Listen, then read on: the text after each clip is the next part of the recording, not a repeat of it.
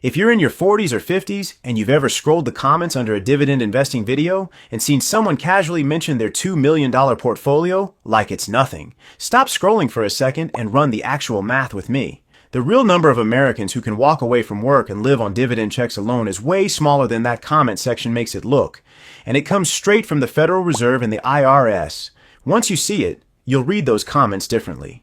3 things in this video. First, the real percentage of Americans who could fully quit and live on dividend checks alone, built from Fed and IRS numbers. Second, why almost nobody you're comparing yourself to is telling you the full story of how they got there. Third, a formula you can run on your own numbers tonight so you know exactly where you stand instead of guessing. What does living off dividends actually require? Most people skip this step completely. The Bureau of Labor Statistics tracked what the average household aged 65 and older actually spends in a year, in 2024. The number is $61,432.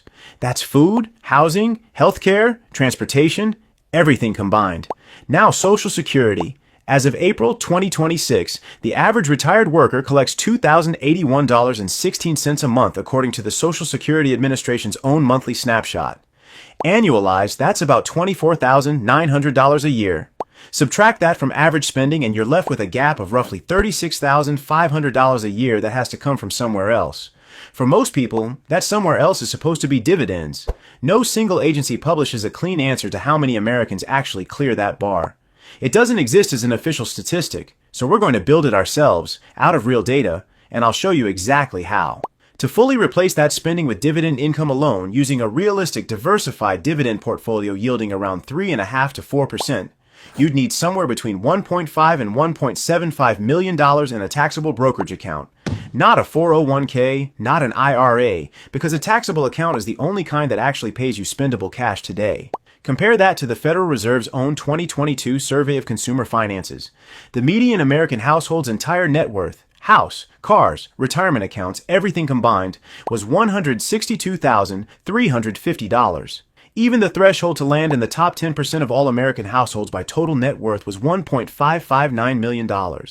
That's total net worth, including home equity and retirement accounts, and it's barely brushing up against the taxable dividend portfolio size you'd need to fully self-fund from dividends alone. Stack the ownership data against the spending data, and the honest answer is that the share of Americans who could fully replace their income with dividends from a taxable account today is almost certainly in the low single digits, likely under 5%. That's rare, but it's not some secret club either. It's just a much smaller group than the comment section makes it look like. That's the headline number. The rest of this video breaks down exactly why that gap exists, because understanding the mechanism is what lets you build your own path around it instead of just feeling behind. The first thing almost nobody explains correctly is this. Gallup's April 2026 survey found that 58% of Americans own stock in some form. That sounds like a lot. But the Federal Reserve's own 2025 survey of household economics and decision-making found that only 37% of adults hold stocks, bonds, or funds outside of a retirement account. And the Fed's 2022 survey of consumer finances found that only 21% of families own stock directly in a taxable brokerage account. I call this the ownership gap. And it's the single biggest thing that separates I own dividend stocks from I can live off dividends. If your dividends are sitting inside a 401k or a traditional IRA, they're not spendable income right now. They're reinvesting automatically, they're locked behind early withdrawal penalties before age 59 and a half. And pulling them out early triggers ordinary income tax plus a 10% penalty in most cases. Most of the 58% Gallup counted are sitting in that bucket. They own dividends, they can't live off them yet. That's important. But if you don't also know who actually holds most of that stock, none of this math makes sense. Let's fix that. According to the Federal Reserve's distributional financial accounts data for the first quarter of 2026, the wealthiest 1% of Americans hold 50% of all publicly traded stock, worth approximately $27.6 trillion. The bottom 50% of Americans by net worth own just 1% of all stock, worth roughly $590 billion combined across tens of millions of households. Break it down by generation and it gets more specific. Baby boomers hold 54% of all U.S. equities, worth $29.71 trillion. Gen X holds 22% at $12.23 trillion. Millennials hold 9% at $4.94 trillion. This is the concentration wall. It means that when someone online claims they live off dividends, they're statistically far more likely to be part of a small, older, already compounded slice of the population than a normal example of what's achievable on a normal timeline. The takeaway here isn't to give up. Compare yourself to the right group instead. Almost nobody talks about this next part, and it changes the entire math for anyone building a dividend plan around a plain S&P 500 index fund. As of early July 2026, the S&P 500's dividend yield sits at roughly 1.05 to 1.08%. According to data going back to the 1870s, the historical range for that yield runs from 1.056% to 6.659%, with a long-run median of 2.869%. In plain terms, the market's current dividend yield is sitting right near the lowest it has ever been in recorded history. That means, if you're building your retirement math off an old rule of thumb or off what dividend investing looked like a generation ago, you need roughly 2.5 to 3 times more capital today to produce the same income an S&P 500 investor could have gotten from the same dollar amount decades ago. This is the vanishing yield, and it's exactly why plain index funds alone rarely get you to a livable dividend number without either a much larger portfolio or a deliberate tilt toward higher yielding funds.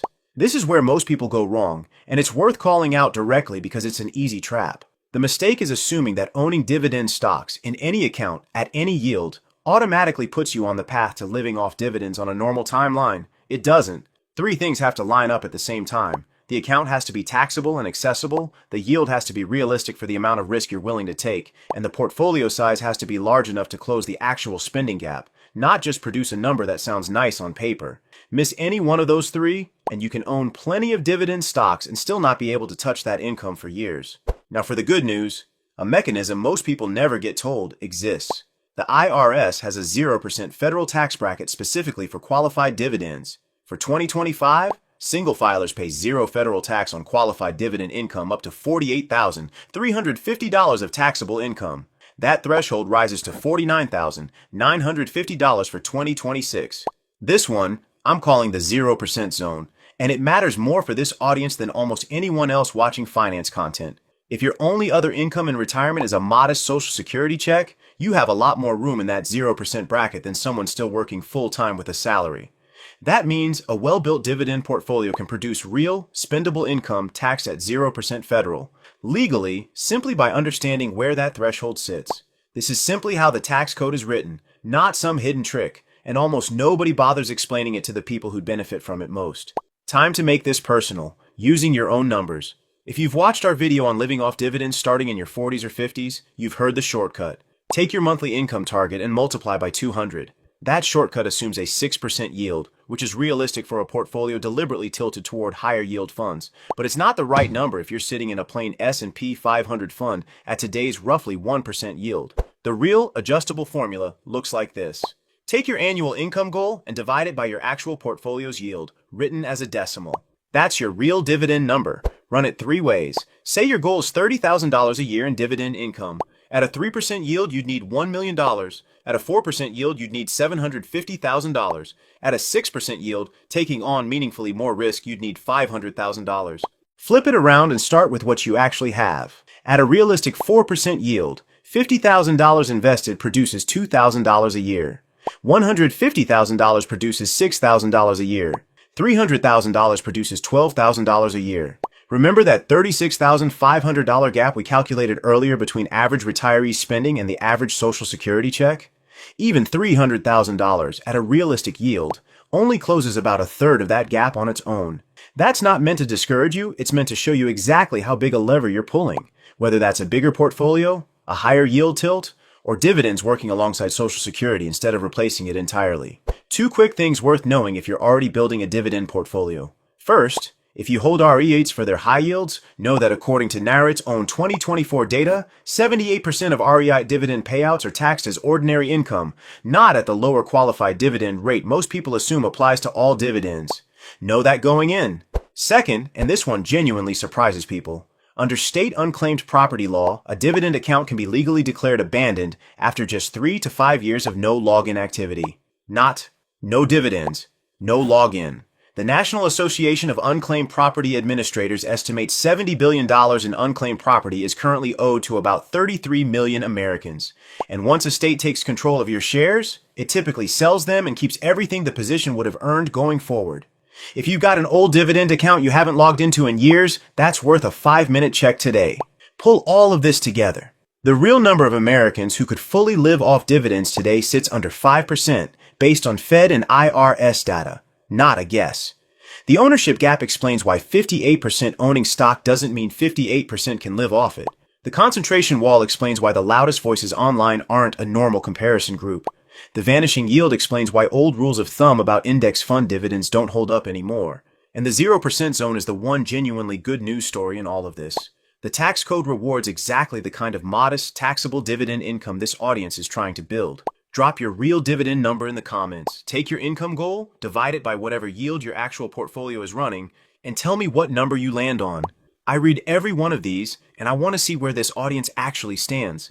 If you want to see exactly how to close that gap starting in your 40s or 50s, with the specific accounts, funds, and math to get there, go watch How to Live Off Dividends. Starting at your 40s or 50s, you're not late. That's where everything you just learned turns into an actual plan. So the next time you see that comment about a $2 million portfolio, you don't need to feel behind. You know the real math now, and that math shows the commenter sits in a tiny minority, not the typical case. You're not late. You're just working with real numbers instead of whatever the comment section happened to be showing you.